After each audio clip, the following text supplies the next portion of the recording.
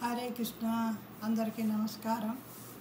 నమోం విష్ణుపాదాయ కృష్ణపస్తాయ భూతలే శ్రీమతే జయపతాక స్వామినితి నామనే నమాచార్య పదాయ నితాయి కృపపదాయనే గౌరగధాధామ దయా నగర గ్రామతారిణే నమోం విష్ణుపాదాయ కృష్ణపస్తాయ భూతలే శ్రీమతే భక్తివేదాంత స్వామినితి నామనే నమస్తే సారస్వతే దేవి గౌరవాణి ప్రచారిణే నిర్విశేష శూన్యవాది పాశ్చాత్య దేశచారిణే नमो महावदन्याय कृष्ण प्रेम प्रदायते कृष्णाय कृष्ण चैतन्यमने गौरी तिष्ठे नमः नमो ब्रह्मणे देवाय गोब्राह्मणे हिताय च जगत हिताय कृष्णाय गोविंदाय नमो नमः।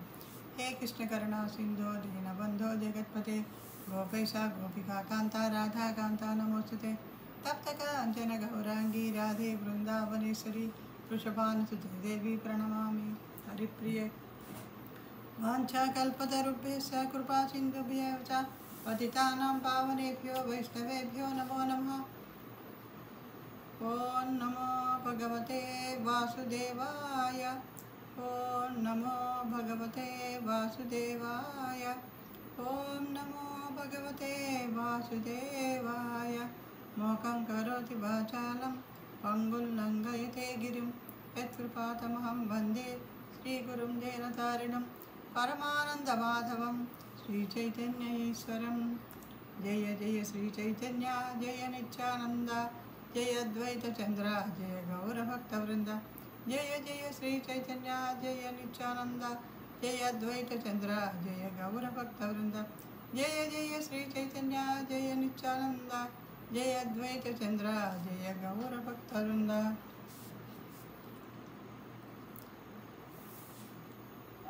మా శిక్షా గురువులందరికీ పేరు పేరు చెప్పిన పాదాభివందనాలు చేసుకుంటూ ప్రారంభిస్తున్నాను. మనం చైతన్య మహాప్రభు చరిత్ర జీవిత విశేషాలు క్లుప్తంగా తెలుసుకుంటున్నాము.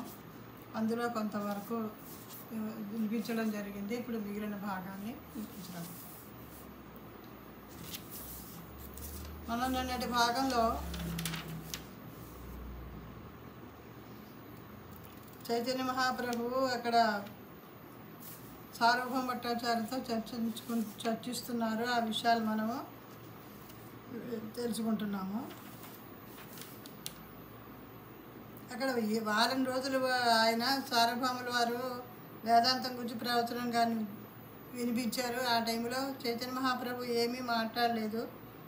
అప్పుడు సార్వభౌమ భట్టాచార్యులు అడుగుతారు, ఏంటి నువ్వు ఎన్ని రోజులుగా అసలు ఎటువంటి ప్రశ్న కూడా వేయలేదు, అలాగే నీ అభిప్రాయం కూడా ఏమీ చెప్పలేదు అని చెప్పేసి. అప్పుడు శ్రీ చైతన్యులు మూర్ఖ విద్యార్థి వలె నటించుటకు ప్రయత్నించింది. సన్యాసి అయిన వానికి వేదాంత శ్రవణం అత్యంత అవసరమని సార్వభౌముడు భావించినందునే తాను అట్టి శ్రవణమునకు అంగీకరించిందని ఆయన పలికిన. కానీ సార్వభౌముడు వసగిన ఉపన్యాసములను ఆయన అంగీకరించలేదు. ఇట్టి చర్య ద్వారా శంకర సంప్రదాయంలోని వేదాంతులు కానీ శ్రీల వ్యాసదేవుని ఉపదేశములు అనుసరించినటువంటి సంప్రదాయముల వారు కానీ వేదాంతం యొక్క నామమాత్ర అధ్యయన పరులే అని ఆయన తెలిపారు. ఆ గొప్ప జ్ఞానమును వారెన్నడనూ పూర్ణముగా ఎరుగలేరు. వేదాంత సూత్రముల యొక్క వివరణము వ్యాసుని ద్వారా శ్రీమద్భాగవతంలోనే వసగబడింది కనుక శ్రీమద్భాగవతం యొక్క జ్ఞానము లేని వారు వేదాంత సూత్రములు తెలిపడి విషయము ఏమాత్రమూ అవగాహన చేసుకోనలేరు.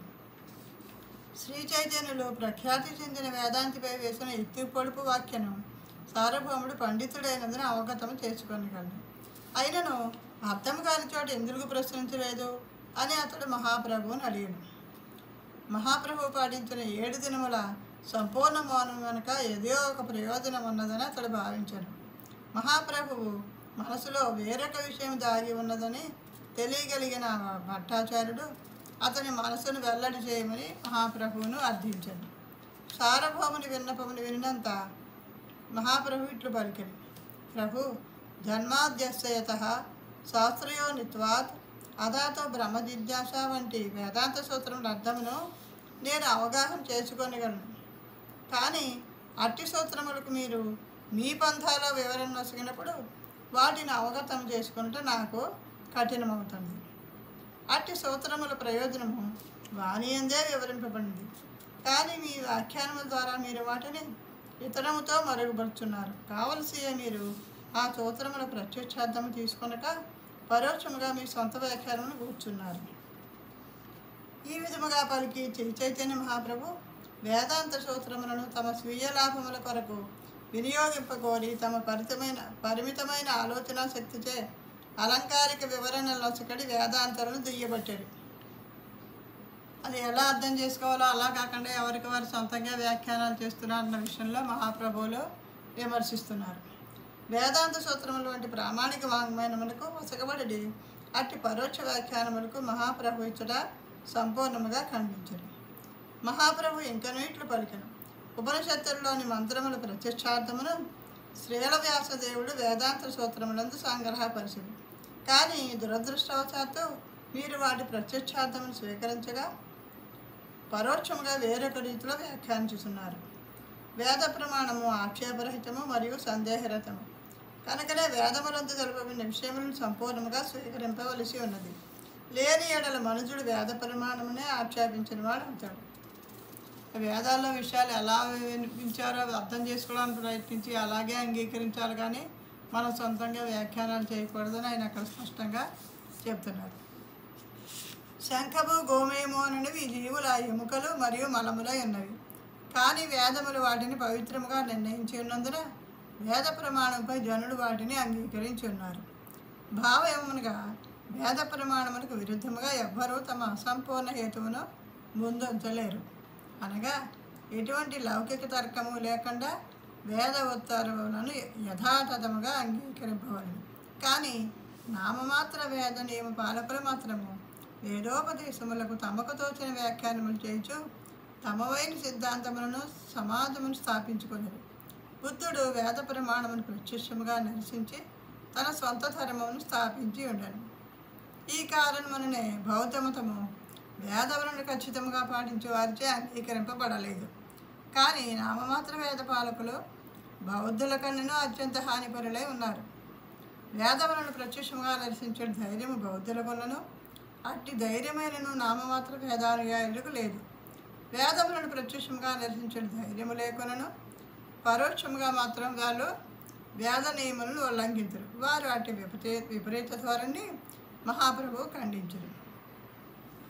ఈ విషయమున మహాప్రభు వసుగిన శంఖము గోమయముల ఉపమానము అత్యంత సమంజసమై ఉన్నది.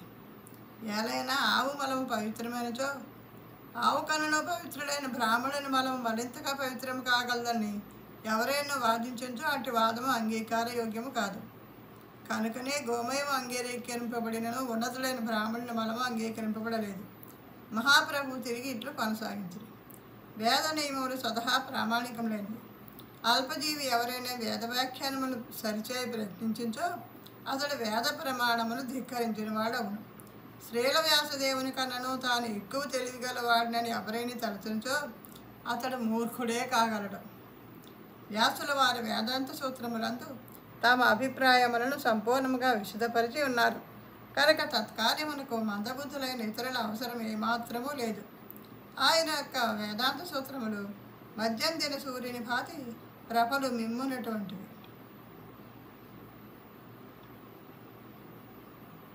ఎవరైనా ఆ స్వయం ప్రభలు గల సూర్యుని వంటి బ్రహ్మసూత్రములకు తమ సొంత వ్యాఖ్యానములు కోర్చయత్నించో అతడు ఈ బ్రహ్మసూత్రములు అనేది సూర్యుని తన ఊహామేఘముతో కప్పివేయ యత్నించడం మాత్రమే కాగలదు. వేదములు మరియు పురాణములు ఏకములే అయి ఉన్నవి.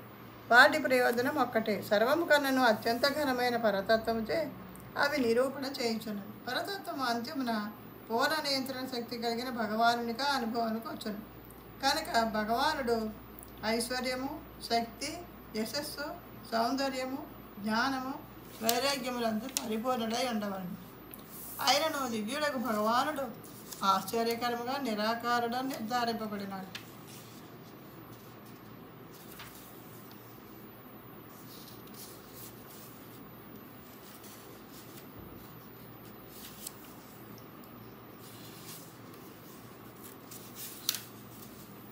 పరతత్వం భౌతిక భావం నశింపజేయటికే పరతత్వం యొక్క నిరాకార భావన వేదములందు వసగబడింది.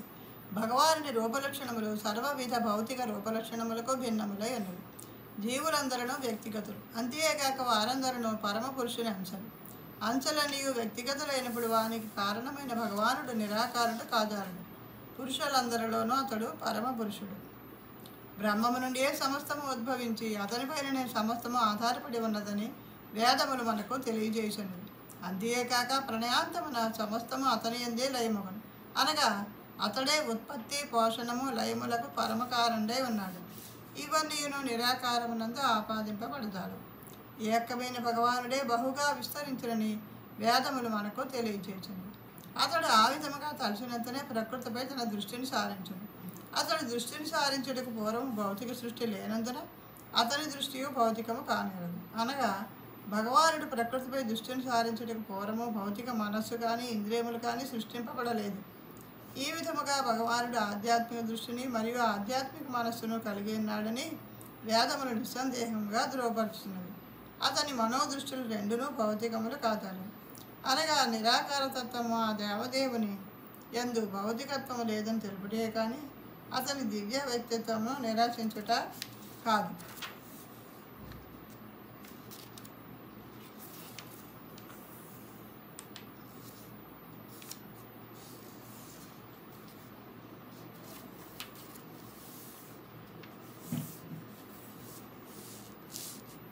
బ్రహ్మమునగా అంత్యమున దేవదేవునే సూచించను. నిరాకార బ్రహ్మానుభవము భౌతిక భావం నుండి బయటపట్టుట మంచిది. సర్వభౌతిక దేహములో నిలిచిండు బ్రహ్మము యొక్క రూపమే పరమాత్మ రూపము. ఇక శాస్త్రాధారమును బట్టి పరబ్రహ్మానుభవం అనగా భగవదనుభూతియే. ఆ దేవదేవుడైన శ్రీకృష్ణుడే సర్వ విష్ణుతత్వములకు ధర్మమూలమై ఉన్నాడు. పురాణములు వేదములకు అనుబంధములై ఉన్నవి. వేదమంత్రములు సాధారణ మానవులకు దుర్వగ్రాహ్యములు. స్త్రీలు, శూద్రులు, నామమాత్ర బ్రాహ్మణులైన వారు కూడా వేదార్థములను ఏమాత్రమో అవగాహన చేసుకొనలేరు. కనుకనే వేదములలోని సత్యములను వివరించుట కొరకు మహాభారతము, పురాణములు సులభగ్రాహ్యములుగా చేయబడినవి. బాలకృష్ణుని కీర్తించే సమయమున బ్రహ్మదేవుడు నందమహారాజు యశోదర అధ్యక్షతన గల వ్రతవాసుల అదృష్టమును ఘనముగా కీర్తించి ఉండెను. పరతత్వము వారికి సన్నిహిత బంధువు ఒకటి అందులకు కారణం. పరతత్వమునకు హస్తపాదములు లేకున్నను సర్వుల కన్నను అమిత వేగముగా ప్రయాణించగలడనియు భక్తితో తనకు అర్పించిన దాన్ని స్వీకరింపగలడనియు వేదమంత్రములు తెలుపుతున్నవి. ఈ వేదవాక్యంలో రెండవ భాగము పరతత్వము రూపసహితము అని నిర్ధారించుతున్నది. అయినను అతని కరచరణాదులు మాత్రము భౌతిక కరచరణాదులకు భిన్నములై ఉన్నవి. కనుక పరబ్రహ్మం ఎప్పుడునో నిరాకారము కాదు. కానీ పైన తెలిపినటువంటి వేదమంత్రములను పరోక్షముగా వ్యాఖ్యానించినప్పుడు పరతత్వం నిరాకారమే అనేది భావన కలుగుతున్నది. పరతత్వమైన శ్రీకృష్ణ భగవానుడు సర్వ విభూతి సంపన్నుడు కనుకనే అతడు సచ్చిదానంద విగ్రుడు. అట్టి ఏడ పరతత్వం నిరాకారమని ఎవరైనా ఎట్లు నిరూపింపగలరు? పరబ్రహ్మము విభూతి పూర్ణమైనందున పలు విధములైన శక్తులను కలిగి ఉండను. ఆ శక్తులన్నీను విష్ణు పురాణమును అనుసరించి 3 తరగతులుగా విభజింపబడి ఉన్నవి. విష్ణు పురాణము విష్ణువు యొక్క దివ్య శక్తులు ప్రధానముగా 3 రకములని పలుకుతున్నది. అతని ఆధ్యాత్మిక శక్తి మరియు జీవశక్తులు ఉన్నత శక్తి కోవకు చెందినవిగా వర్గీకరింపబడినవి. కానీ అజ్ఞానము నుండి ఆవిర్భవించిన భౌతిక శక్తి మాత్రము న్యూనమై ఉన్నది. జీవుల శక్తియే క్షేత్రజ్ఞ శక్తి అని పిలువబడును. ఈ క్షేత్రజ్ఞ శక్తి శ్రీకృష్ణ భగవానుతో గుణరీతిని ఏకమైనను అజ్ఞాన కారణమున భౌతిక శక్తిచే అణచబడుచు పలు విధములైన భౌతిక క్లేశములను అనుభవించుచుండను. అనగా జీవులు ఉన్నత మరియు న్యూన శక్తుల నడుమ తటస్థ శక్తి యందు స్థితిని కలిగి ఉన్నారు. జీవులకు ఉన్నత శక్తి లేదా న్యూన శక్తితో గల సంపర్కమును అనుసరించి దానికి తగిన రీతిగా వారికి ఉన్నత న్యూన జీవన స్థితులు కలుగుతున్నది. శ్రీకృష్ణ భగవానుడు పైన తెలుపబడినటువంటి న్యూన తటస్థ శక్తులకు పరుడై ఉన్నాడు. అతని ఆధ్యాత్మిక శక్తి నిత్యత్వము, నిత్యానందము, నిత్య జ్ఞానములుగా 3 స్థితుల యందు ప్రదర్శితమగుచుండెను. అతని నిత్యత్వము సంధిని శక్తితో నిర్వహింపబడుచుండగా ఆనందము హ్లాదిని శక్తి చేతను, జ్ఞానము సంవిత్ శక్తి చేతను నిర్వహింపబడుచుండెను. అట్టి శక్తిమంతుడైన భగవానుడు ఆధ్యాత్మిక శక్తిని, తటస్థ శక్తిని, భౌతిక శక్తులను నియమించువాడై ఉన్నాడు. ఈ వివిధ శక్తులని భక్తియుక్త సేవలో శ్రీకృష్ణ భగవానుతో ముడిపడి ఉన్నవి. ఇట్లు దేవదేవుడైన శ్రీకృష్ణుడు తన నిత్యమైన ఆధ్యాత్మిక రూపంలో దివ్యానందమును అనుభవించుచున్నాడు. అట్టి ఎడ భగవానుడు శక్తిరథుడని ఎవరైనా పలుకు సాహసించుట అత్యంత ఆశ్చర్యకరం. భగవానుడు సర్వశక్తులను నియమించువాడు కాగా జీవులు అట్టి శక్తులలో ఒకదాని యొక్క అంశలై ఉన్నారు. కనుకనే భగవానుడు జీవుల నడుమ అనంతమైన వ్యత్యాసం ఉన్నది. అట్టి ఎడ భగవానుడు జీవులు ఒకటేనని పలుకుట ఎట్లు సమంజసము కాగలదు? జీవులు శ్రీకృష్ణ భగవానుని ఉన్నత శక్తికి చెందిన వారని భగవద్గీత తెలియజేయుచున్నది.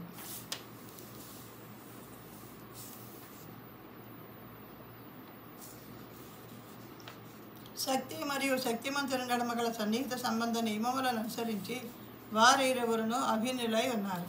శక్తి మరియు శక్తిమంతుడు అభిన్నములైన శబ్దమున భగవానుడు జీవునుడు అభిన్నులై ఉన్నారు. భూమి, జలము, అగ్ని, వాయువు, ఆకాశము, మనస్సు, బుద్ధి, అహంకారములనివి దేవదేవుడైన శ్రీకృష్ణుని న్యూన శక్తులై ఉన్నవి. కానీ ఉన్నత శక్తి రూపమున జీవులు ఈ శక్తులన్నిటికీ భిన్నులై ఉన్నారు. భగవద్గీత 7.4 యొక్క వచనం ఇదే. శ్రీకృష్ణ భగవానుని ఆధ్యాత్మిక రూపము నిత్యము దివ్యానందపూర్ణము అయినది. అట్టి ఆడ ఏ విధముగా ఆ రూపము భౌతిక సత్వగుణము నుండి ఉద్భవించును అనగా భగవానుడి రూపముని విశ్వసింపని వాడు నిశ్చయముగా దానవుడే, అస్పృశ్యుడే. దర్శనమునికైనను తగని అటువంటి వాడు యమరాజుచే శిక్షార్హుడు. వేదములేని గౌరవము లేని కారణమున బౌద్ధులు నాస్తికులుగా పిలువబడినారు. కానీ పూర్వం తెలిపిన రీతి వేదవాదులమని పలుకుతూనే వేద నియమములను మాత్రము ఉల్లంఘించడి వారు అట్టి బౌద్ధుల కన్నను ప్రమాదకరమైనట్టి వారు. శ్రీల వ్యాసదేవుడు సమస్త వేదజ్ఞానమును వేదాంత సూత్రములో రచించి ఉండేది. కానీ అట్టి వేదాంత సూత్రములకు శంకర సంప్రదాయం వారి మాయావాద భాష్యమును శ్రవణం చేసినచో మనుషుడు నిక్కముగా ఆధ్యాత్మిక పదం నుండి పతనము చెందగాడు. ఉద్గమ సిద్ధాంతము వేదాంత సూత్రములో మొట్టమొదటి చర్చనీయాంశము. విశ్వముల నీవు పరతత్వమైన శ్రీకృష్ణ భగవాన్ నుండి అతని అచింత్యమైన వివిధ శక్తుల ద్వారా ఉద్భవించి ఉన్నవి. ఉద్గమ సిద్ధాంతమునకు స్పర్శవేదిని ఉపమానముగా తెలుపవచ్చును. స్పర్శవేది అనంత మొత్తములో ఇనుమును బంగారముగా మార్చినను అది మాత్రము మార్పు లేక ఉండును. అట్లే శ్రీకృష్ణ భగవానుడు కూడా అనంత సంఖ్యలో విశ్వములను తన అత్యంత శక్తులచే సృష్టించను. తాను మాత్రం పూర్ణునిగాను మార్పు రహితునిగాను ఉండును. అతడు పూర్ణుడు. తన నుండి అనంత సంఖ్యలో పూర్ణములైనవి ఉద్భవించును. అతడు సదా పూర్ణుడైనే ఉండును. ఉద్గమ సిద్ధాంతము ఫలతత్వమునకు మార్పులకు గురి చేయనటి భావనలోనే మాయావాద సంప్రదాయపు మిథ్య అయినటి సిద్ధాంతము ప్రస్తావింపబడుతున్నది. అదే సత్యమైనచో వేదవ్యాసుని వాక్యము అసత్యము కాగలదు. అట్టి పరిస్థితిని తప్పించుటకే మాయావాదులు మాయావాద సిద్ధాంతమును కల్పించుడు. కానీ మాయావాదులు పలికినట్లుగా ఈ జగత్తు మిథ్య కానేరదు. కేవలము అది శాశ్వత అస్తిత్వము లేనట్టుది. శాశ్వతము కానంత మాత్రమున దీనిని కూడా మిథ్య అని పలకజాలం. కానీ దేహమే ఆత్మ అయిన భావం మాత్రం నిక్కముగా యుక్తమైనది కాదు. వేదములలో ప్రణవము అంటే ఓంకారము మూలమంత్రము. ఈ దివ్యమంత్రము భగవానుని రూపంతో సమానమైనది. వేదమంత్రములన్నీను ఈ ఓంకారం పైననే ఆధారపడి ఉన్నది. తత్వమసి అనేది వేదవాంగములోని ఒక వాక్యము మాత్రమే. ఆ కారణముచే అది ఎన్నడనూ వేదములలోని మహావాక్యము కాదు. శ్రీపాద శంకరాచార్యులు మూలమైన ఓంకారమునకు ప్రాముఖ్యము నసగక ఈ తత్వమసి వాక్యమునికే ప్రాధాన్యము నసగించారు. ఈ విధముగా శ్రీ చైతన్య మహాప్రభు వేదాంత సూత్రములపై భాషించి మాయావాద సంప్రదాయమును సంపూర్ణముగా ఖండించారు. భట్టాచార్యుడు తనను తన సంప్రదాయమును తర్క వ్యాకరణములతో సమర్థింప ప్రయత్నించును. మహాప్రభు తన శక్తివంతమైన వాదములచే అతనిని ఓడించరు. అందరము శ్రీకృష్ణ భగవానుతో నిత్యముగా కూడి ఉన్నవారమనియు శ్రీకృష్ణ భగవానుతో పరస్పర సంబంధమును పంచుకొనగలిగిన భక్తియుక్త సేవయే మన నిత్యధర్మమునియు ఆయన నిర్ధారించరు. అట్టి భక్తియుక్త సేవ ద్వారా మనగూడు ఫలము భగవత్ప్రేమయే. ఆ విధముగా భగవత్ప్రేమను పొందినంతటా ఇతర జీవుల ఎడ ప్రేమ అప్రయత్నముగా వృద్ధిరించును. భగవానుడు జీవులందరికీ మూలమొకటి అందులకు కారణం. శ్రీకృష్ణ భగవానుతో గల నిత్య సంబంధము, ఆ దేవదేవునితో పరస్పర భావ వినిమయము, కృష్ణ ప్రేమ ప్రాప్తి అను 3 విషయములే వేదములందు ముఖ్యమైనవనియు ఈ 3 అన్యముగా వివరింపబడినదంతయు అనావశ్యకము మరియు కల్పితమనియు శ్రీ చైతన్యుడు పలికిరి. శ్రీపాద శంకరాచార్యులు ఉపదేశించిన మాయావాద సిద్ధాంతముల వేదముల యొక్క ఊహాత్మక వివరణమని శ్రీ చైతన్య మహాప్రభు పలికిరి. భగవానుడు ఆదేశించి ఇంటటి చేతనే ఆయన శంకరాచార్యుడు అట్లు ఉపదేశించవలసి వచ్చాను. తన నుండి జనులను దూరం చేయమని దేవదేవుడే శివుని ఆజ్ఞాపించి ఉండనని పద్మపురాణంలో తెలుపబడింది. దేవదేవుని మరిచినంతటి ధనులు అధిక జనాభాను వృద్ధి చేయుటకు ప్రోత్సాహితులగుదురు. ఈ విషయమున శివుడు పార్వతితో కలియుగమున నేను బ్రాహ్మణ రూపమున బౌద్ధమతమే అయినటువంటి మాయావాద తత్వమును ప్రచారము చేయుదును అని పలికిండెను. శ్రీ చైతన్య మహాప్రభు పలుకులను వినినంతటా సార్వభౌముడు ఆశ్చర్యచకితుడై మౌనముగా మహాప్రభువును శ్లాఘించెను. పిమ్మట మహాప్రభువు ఆశ్చర్యమునందుటకు కారణమేదీనూ లేదని పలుకుచో దేవదేవుడైన శ్రీకృష్ణుని భక్తియుక్త సేవ ఒక్కటే మానవ జన్మ యొక్క పరమ లక్ష్యమై ఉన్నది అని తెలిపిరి. ఆత్మ మరియు ఆత్మానుభవమునందే రమించు ముక్త పురుషులు కూడా శ్రీకృష్ణుని భక్తియుక్త సేవను అంగీకరించరనియు ముక్త పురుషులను కూడా ఆకర్షింపగల దివ్య ఆధ్యాత్మిక గుణములను ఆ దేవదేవుడు కలిగి ఉండటే అందుకు కారణమనియో తెలుపుచు ఆయన శ్రీమద్భాగవతం నుండి ఒక శ్లోకమును ఉదాహరించారు. అంతట భట్టాచార్యుడు శ్రీమద్భాగవతము మొదటి స్కందము 7వ అధ్యాయం 10వ శ్లోకమునంతని ఆత్మారామ శ్లోకమునకు గల వివరణను వినగోరను. అందులకు మహాప్రభువు తొలుత భట్టాచార్యునే ఆ కార్యము నొనరింపమనియు ఆ పిదప తాను ఆ కార్యమును చేపట్టగలననియు పలికిను. అప్పుడు భట్టాచార్యుడు ఆ శ్లోకమును పండిత ధోరణిలో తర్కమును అనుసరించి వివరించాడు. తర్కమునందు గొప్ప పండితుడైన అతడు తర్కముపై ఆధారపడి ఆ శ్లోకమును 9 విధములుగా వివరించాడు. భట్టాచార్యుని వ్యాఖ్యానమును వినినంతటా శ్రీ చైతన్య మహాప్రభు ఆ శ్లోకం యొక్క పాండిత్య వివరణకు అతనిని అభినందించారు. పిమ్మట అతని కోరికపై ఆ శ్లోకమును 64 విధములుగా వివరించారు. భట్టాచార్యులు వారేమో ఆ శ్లోకాన్ని 9 విధాలుగా వివరిస్తే ఈయన 64 రకాలుగా వివరించారట. పైగా ఆయన ఈ భట్టాచార్యుల వారు ఉపయోగించి చెప్పిన 9 రకాల వివరణ కూడా ఉపయోగించకుండానే ఆయన 64 రకాలు చెప్పారు. శ్రీ చైతన్య మహాప్రభు వసగినటువంటి ఆత్మారామ శ్లోక వివరణమును వినినంతటా అట్టి విద్యుత్పూర్ణమైన వివరణము సాధారణ జీవికి సాధ్యము కానిదని సార్వభౌముడు పూర్ణ నిశ్చయమునకు వచ్చాడు. అంతకు పూర్వమే గోపీనాథాచార్యులు మహాప్రభువు యొక్క దివ్యత్వం గురించి అతనికి తెలిపి ఉన్నను ఆ సమయంలో అతడు అంగీకరించలేదు. కానీ శ్రీ చైతన్య మహాప్రభువు వసగినటువంటి వేదాంత సూత్రములపై వ్యాఖ్యకు మరియు ఆత్మారామ శ్లోకపై వివరణకు చకితుడైన సార్వభౌముడు తాను మహాప్రభువును శ్రీకృష్ణునిగా గుర్తించక ఆయన ఎడ గొప్ప తప్పిదమును చేసిదునని భావింపతొడిగాడు. వెంటనే అతడు జరిగిన తప్పిదములకు పశ్చాత్తాపం పొందుచు మహాప్రభువునకు శరణు చొచ్చాడు. అంతటా మహాప్రభు అతన్ని కరుణతో అనుగ్రహించాడు. తదనంతరము తన నిర్హేతుక కరుణతో తొలుత చతుర్భుజ నారాయణుని రూపమున అటు పిమ్మట ద్విభుజ మురళీధరుని రూపమున అతనికి దర్శనం వసగిరి. భట్టాచార్యుడు వెంటనే శ్రీ చైతన్య మహాప్రభు పాదపద్మలపై పడి ఆయనను కీర్తించుచు యోగ్యములకు పలు శ్లోకములను కూర్చొని మహాప్రభువు కరుణతోడనే అతడట్లు దాదాపు 100 శ్లోకములను ఆయనను కీర్తించుటకు అసువుగా కూర్చగలిగాను. పిమ్మట మహాప్రభు భట్టాచార్యుని ఆలింగనం చేసుకొనగా దివ్య ఆనందాతిరేకముతో అతడు బాహ్య శృతిని కోల్పోయాను. అశ్రువులు, దేహకంపనము, హృదయస్పందనము, స్వేదము, రోమాంచము, నృత్యము, గానము, క్రందనము, సమాధి అనడి అష్టలక్షణములు భట్టాచార్యుని దేహమునందు గోచరించను. మహాప్రభు కరుణచే తన బావగారి యందు కలిగిన ఈ మార్పునకు శ్రీ గోపీనాథాచార్యుడు మిక్కిలి సంతోషించరు. శ్రీ చైతన్య మహాప్రభువును కీర్తించుచు సార్వభౌముడు కూర్చున్నటువంటి 100 శ్లోకములలో ఈ క్రింద వసకబడిన 2 అత్యంత ముఖ్యమైనవి. ఈ 2 శ్లోకములు శ్రీ చైతన్య మహాప్రభువు యొక్క కార్యమును సంగ్రహముగా తెలుపుతున్నవి. ఇక్కడ శ్లోకాలు ఇవ్వలేదు, దాని భావం మాత్రం ఇచ్చారు. శ్రీ చైతన్య మహాప్రభు రూపమును అవతరించిన దేవదేవునకు నేను శరణు జొచ్చుచున్నాను. కరుణా సముద్రుడైన అతడు వైరాగ్యమును, అభ్యాసమును మరియు తన భక్తియుక్త సేవను మాకు బోధించడికే అవతరించినారు. శ్రీకృష్ణ భగవానుని భక్తియుక్త సేవ కాలగర్భమును రచించుండటం వలన ఆ భక్తి ధర్మములను ఉద్ధరించుట కొరకే భగవానుడు అవతరించాను. అట్టి ఆ దేవదేవుని పాదపద్మములకు నేను వందనములను అర్పించును. ముక్తి అను పదము విష్ణువుతో లేదా దేవదేవునితో సమానమని శ్రీ చైతన్యులు వివరించను. కావున భౌతిక బంధము నుండి ముక్తిని పొందుటానగా దేవదేవుడైన శ్రీకృష్ణుని సేవను పొందుట అనే భావము. హరే కృష్ణ. ఈరోజు ఇక్కడితో ఆపుతున్నాను.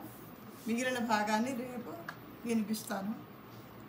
హరే కృష్ణ హరే కృష్ణ కృష్ణ కృష్ణ హరే హరే, హరే రామ రామ రామ హరే హరే.